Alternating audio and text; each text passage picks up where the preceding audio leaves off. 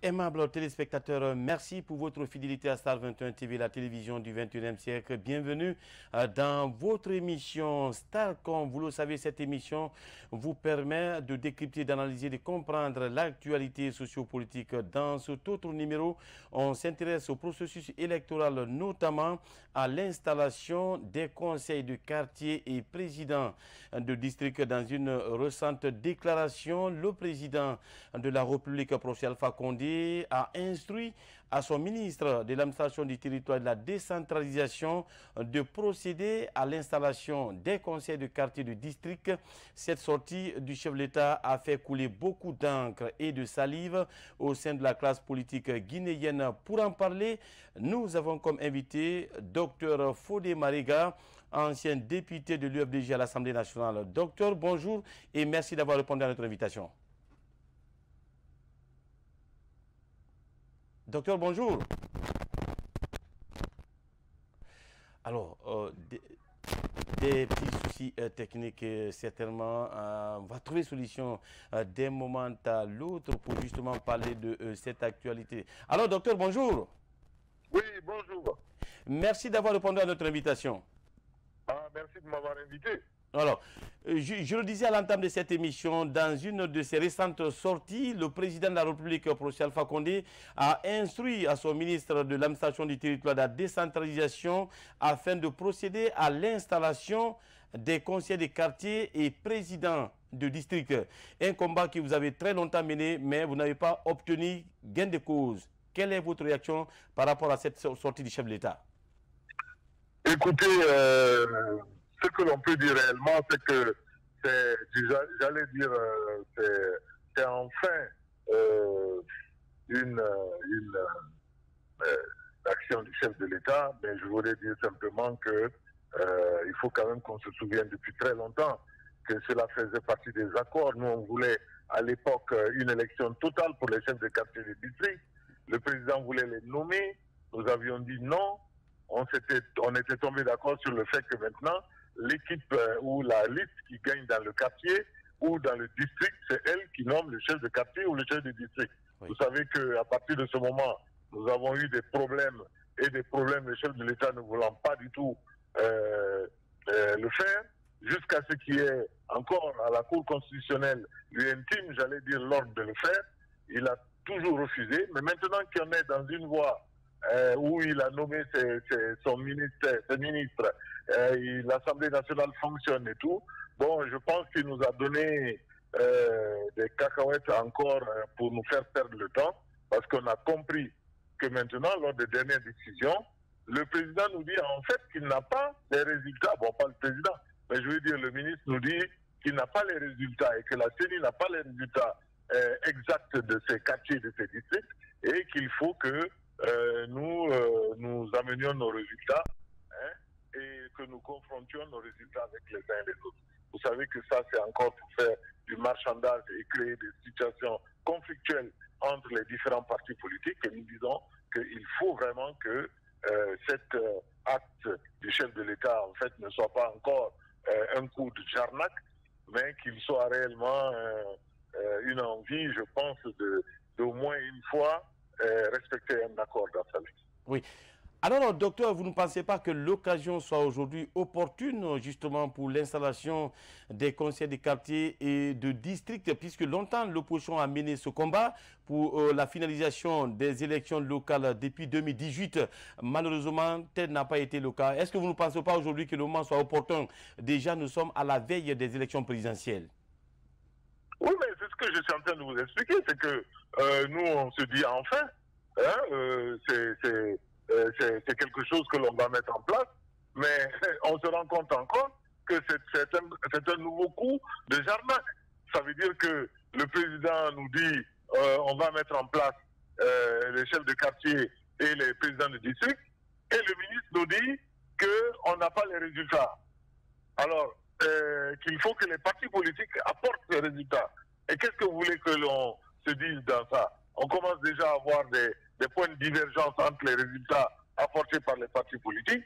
Donc, nous pensons encore que c'est un coup porté, hein, contre la mise en place de ces districts et chefs de quartier. De toute façon, nous, on va aller faire, parce que comme l'UFDG, j'allais dire le plus grand parti de la Guinée, a tous les résultats et a toute l'organisation qu'il faut, et donc nous avons ça, mais nous pensons réellement que l'État doit s'impliquer, que la CENI doit s'impliquer enfin pour pouvoir régler le problème là de manière avec diligence et surtout rapidement. Oui. Alors, qu'en dites-vous par rapport justement à ces résultats, puisque vous avez suivi quand même cette déclaration du ministère de l'administration du territoire aujourd'hui qui n'a pas les résultats en principe de ces élections. Est-ce que ça ne pose pas déjà le doute avec, entre les différents acteurs politiques? Eh bien voilà. Eh bien, c'est ce que je suis en train de vous dire. Ça veut dire que nous disons, nous mettons donc en suspens encore cette action du chef de l'État qui est encore en train de faire un coup politique. Et donc, nous disons simplement que nous savons et que la CENI et que le ministère de l'Intérieur a une copie de tous les résultats parce qu'ils ont tous les PV de bureaux de vote. Donc, ils ont une partie avec eux. Donc, nous savons forcément que les résultats sont là et qu'ils sont encore en train de tergiverser pour des raisons bassement politiques et que ceci n'étant pas normal, nous disons que nous allons continuer justement à nous battre et tout pour que cette action-là vraiment qui finit une partie, parce que vous savez que les élections des chefs de quartier et la mise en place des chefs de quartier et des présidents des districts, c'est une partie en fait du contentieux qui reste, parce qu'il reste les conseils régionaux et les régions. Et vous savez que ça aussi, c'est extrêmement important parce que ça permet aussi à l'UFDG de montrer vraiment son implantation dans tout le territoire national. Oui. Alors, docteur, votre formation politique, je veux parler, disons, du principal parti de l'opposition guinéenne, je veux parler de l'UFDG, justement, aujourd'hui accusé dans ces accords d'avoir signé des accords en faveur de l'UFDG et du RPG Arc-en-Ciel par rapport justement à ces élections locales. Qu'en dites-vous? Mauvais procès que l'on fait à l'UFDG. L'UFDG, le parti le plus démocratique de Guinée. L'UFDG, le parti qui se soucie le plus docteur. L'UFDG ne peut pas se permettre d'aller pour discuter des négociations ou des coups entre l'UFDG et le RPG. Et vous savez que de toute façon, nous sommes le plus grand parti de Guinée. Et nous savons, de l'autre côté, ils ont une coalition RPG Arc-en-Ciel qui leur permet d'avoir les uns et les autres. Sinon, nous savons très bien que le RPG seul, c'est 18% de la population. On l'a montré à des élections il n'y a pas très longtemps. Donc, nous, ce que nous disons, c'est que nous, étant donné que c'est une discussion qui a eu, et je vous le répète, oui, le président de la République voulait nommer les chefs de quartier, les présidents du district. Il voulait les nommer. On lui a dit non, nous ne voulons pas de nomination, nous voulons une élection totale. C'est un compromis qui nous a entraînés à accepter, excusez-moi, que la liste qui arrive en tête au niveau du quartier, au niveau du district, c'est cette liste qui nomme le chef de quartier. Moi, je pense que démocratiquement, c'est vraiment quelque chose qui est formidable et qu'il ne tient qu'aux gens, qu'aux partis politiques de se battre pour avoir les quartiers. Les gens pouvaient avoir des listes et tout ça là, avoir les quartiers et être maintenant démocratiquement élus dans ce quartier. Moi, je pense que vraiment, c'est un mauvais procès à faire au niveau de l'UFDG, parce que vu l'UFDG, comment il fonctionne, vu comment nous travaillons, comment on est organisé, et je tiens à vous dire vraiment que nous avons le parti le plus démocrate de la Guinée, et bien sûr, nous espérons vraiment engranger vraiment cette discipline au plus haut sommet de l'État. Oui. Alors, docteur, bien avant de passer à autre chose, beaucoup d'observateurs pensent déjà que ces accords pourront avoir de l'impact concernant le développement local, puisque certains chefs de quartier seront choisis, ça ne sera pas vraiment le goût des citoyens. Est-ce que cela n'aura pas un impact dans le développement local, puisque les chefs de quartier seront choisis en principe au prorata des résultats obtenus par partis politiques sur le terrain? Bon, moi je pense qu'il faut qu'on comprenne quelque chose. Ce n'est pas ce chef de quartier ou ce président de district qui influence ou qui fait le développement local dans le pays. vous savez, avant, c'était encore pire, parce qu'avant, ils étaient nommés. Donc, on pouvait nommer le plus détestable du quartier, hein, et donc c'est l'État qui le nommait, et il était le plus détestable du quartier, mais on le nommait, et il était chef de quartier. Donc, nous avons dit quoi? Il fallait que ce soit un peu plus démocratique. Et c'est démocratique parce qu'il est élu, hein, parce que la majorité dans le quartier l'a élu. Donc, la majorité dans le quartier l'a élu, donc il représente le quartier. Donc, en fait, son problème, ce n'est pas de régler les problèmes de développement de la ville ou du quartier ou du machin. Ça, c'est incombe à l'État, ça incombe à la décentralisation qui n'est pas encore totale, qui n'est pas encore faite. Et donc, ce sont des décisions qui ne viennent pas de lui. Et donc, lui n'est qu'une courroie de transmission. Et il est surtout un vecteur de stabilité, un vecteur de tranquillité, normalement, dans le quartier dans lequel il est. Donc, moi, je pense qu'il ne faut pas faire des amalgames et il ne faut pas faire de surenchère ou donner à un individu un rôle qu'il n'a pas. Il n'est pas là pour le développement du quartier. De toutes les mille manières, ce n'est pas le quartier qui est le développement, c'est le développement de la ville, c'est le développement de la région, c'est le développement du pays. Et ça incombe à l'État, ça incombe aux autorités. Et donc, je pense que l'échec de cette politique-là ne peut pas incomber au chef de quartier ou au président du district. Alors, docteur, gardez la ligne. Nous vous proposons un reportage. On vous retrouve dans un court instant pour la dernière partie de cet entretien. Dans un décret lu sous les ondes de médias d'État du jeudi 18 juin 2020, le président Alpha Condé demande au ministre de l'Administration d'installer les conseillers de quartier issus des élections communales du mois de février 2018.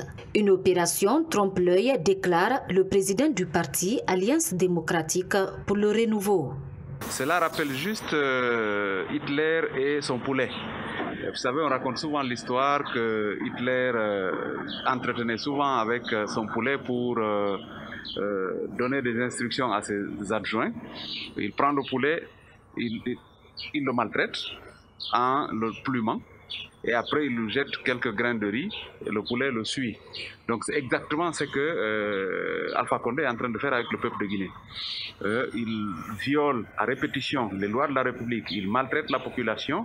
À un moment donné, il jette quelque chose, un petit appât aux partis politiques et à la population pour continuer encore à dérouler son calendrier. Sinon, nous savons très bien que depuis février 2018, on a entamé le processus électoral au niveau local. Cela aurait dû se terminer depuis 2 ans. Malheureusement, on est encore à ce stade-là parce que simplement, cette gouvernance qui nous dirige depuis 2010 est une gouvernance faite de mensonges et de violations à répétition des lois. Les leaders politiques, membres du FNDC, n'approuvent pas la démarche du président Alpha Condé dans la gestion des crises politiques qui perdurent en Guinée. Tous accusent Alpha Condé d'avoir un agenda politique caché. Donc si vous voyez le président, il a donné l'ordre. C'est sûr, il est sûr de quelque chose parce qu'il ne joue jamais là où il va perdre. Donc là, nous, on n'est pas rassurés. Donc c'est quelque chose, il faut que nous, l'opposition, les partis politiques de l'opposition, qu'on fait attention à ça. Parce que c'est sûr qu'il a un agenda caché derrière. Quand il fait une main tendue, on a nos membres qui se trouvent en prison. Donc en aucun cas, il va nous pousser à reconnaître la Constitution. Donc nous, nos lignes restent démocratiques. Voilà. Donc, tout ce qu'il tente en dehors de la démocratie, on va lui barrer la route. D'ailleurs, déjà, tout fait partie de ça parce que le 8 juillet, nous lançons une manifestation. Donc, cette nouvelle fonction, on ne la reconnaît pas. Vous savez, il a souvent l'habitude d'avoir des propos destinés aux puissances occidentales. Je me dis que c'est dans ce cadre-là qu'il a parlé de dialogue. Sinon, il y a un cadre bien connu que la loi a institué pour engager un dialogue avec l'opposition, avec les parties prenantes au processus électoral dans notre pays. Mais je ne pense pas qu'il soit dans cet ordre du jour-là, parce que en tant que parti politique, on n'a pas été saisi par un courrier nous invitant ou nous indiquant que le président veut organiser un débat autour du processus électoral à venir. Si nous recevons un courrier en bonne et due forme, nous allons examiner la situation et puis analyser la crédibilité de l'engagement d'en face pour savoir est-ce qu'on va répondre ou pas. De toutes les façons, dans tous les pays du monde, le dialogue fait partie des éléments qui moralisent la vie politique. Selon le point 12 de l'accord politique entre le RPG Arc-en-Ciel et l'UFDG, les chefs de quartier seront nommés au prorata des résultats obtenus par les formations politiques lors des élections communales et communautaires. L'émission Starcom se poursuit sur ce plateau de Star 21 TV avec bien sûr notre invité, en l'occurrence Dr Fodé Mariga, ancien député de l'UFDG à l'Assemblée nationale. On s'intéresse bien sûr à cette décision du président de la République concernant l'installation des conseils de quartier des districts. Docteur, vous êtes là? Pardon, excusez-moi. Alors, vous êtes là, docteur? Oui, je suis là. Alors, vous avez suivi ce reportage. Quelle est votre réaction là-dessus? Ah ben, vous avez entendu tous les responsables et tout le monde est sceptique, tout le monde craint l'entourloupe. Donc, nous sommes vraiment dans un pays où il n'y a pas du tout de confiance entre les dirigeants et surtout tout ce manque de confiance est orienté sur le président de la République. Et donc, chacun y voit aujourd'hui une préparation encore d'une entourloupe. Et donc, vous voyez, ce que je vous dis, c'est que c'est général. Et nous disons que c'est pour ça que nous avons dit que c'était enfin une situation qui devrait rentrer dans l'ordre. Mais c'est extrêmement important de savoir que au-delà de ces chefs de quartier et présidents de district, il y a aussi les régions qui doivent être mises en place et ceci terminera en fait le contentieux sur les élections communales. Ok. Alors, docteur, nous allons profiter de l'occasion pour évoquer un autre pan de l'actualité. Il s'agit bien sûr de cette date qui a été proposée par la Commission électorale nationale indépendante pour aller justement aux élections présidentielles. Il s'agit de celle du 18 octobre 2020. C'est vrai que l'opposition rejette cette date. Aujourd'hui, quel est votre avis là-dessus? Oh, vous savez que moi déjà pour cette date, il y a un son de cloche qui est un peu différent.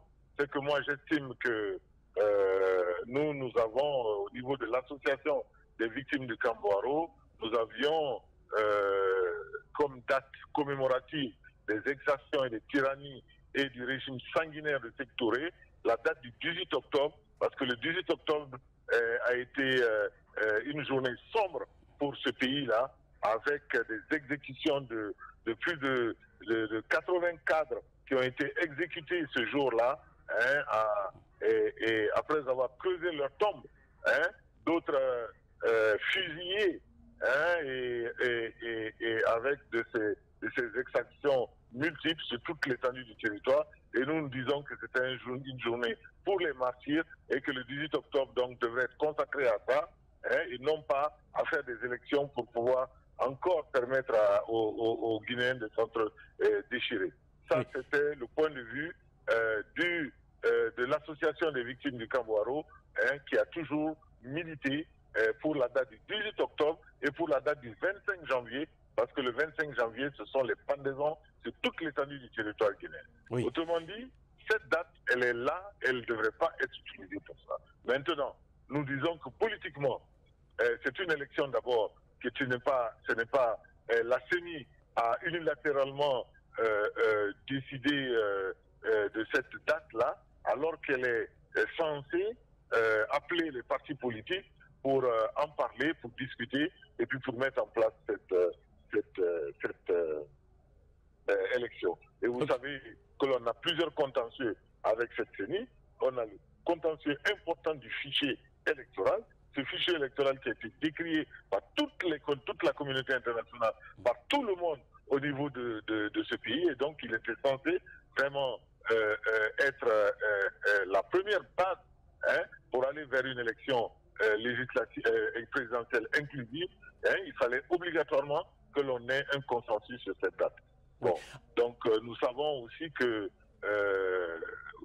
il y a eu à un moment donné, bon, je dirais une élection. Vous savez comment s'est passée l'élection législative, hein, avec des nominations de députés un peu partout dans le pays, et donc une constitution dont on sait aujourd'hui que non seulement elle n'a pas été, comment on appelle ça, appréciée du pouvoir, appréciée de la population, de la large majorité de la population guinéenne, mais en plus, elle a été encore falsifiée, hein, pour présenter encore une autre constitution qui a été promulguée, alors que celle qui a été présentée au peuple de Guinée a été transformée. Donc vous voyez, donc c'est tout un contexte qui fait que aujourd'hui, nous pensons que cette date 18 octobre d'abord n'est pas tenable, et que donc il faut s'asseoir et dialoguer.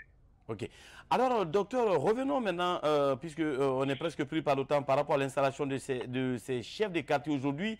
Il y a une loi qui est à l'Assemblée nationale pour une modification. Il s'agit bien sûr de la loi électorale. Qu'en dites-vous là-dessus? Bon, vous savez,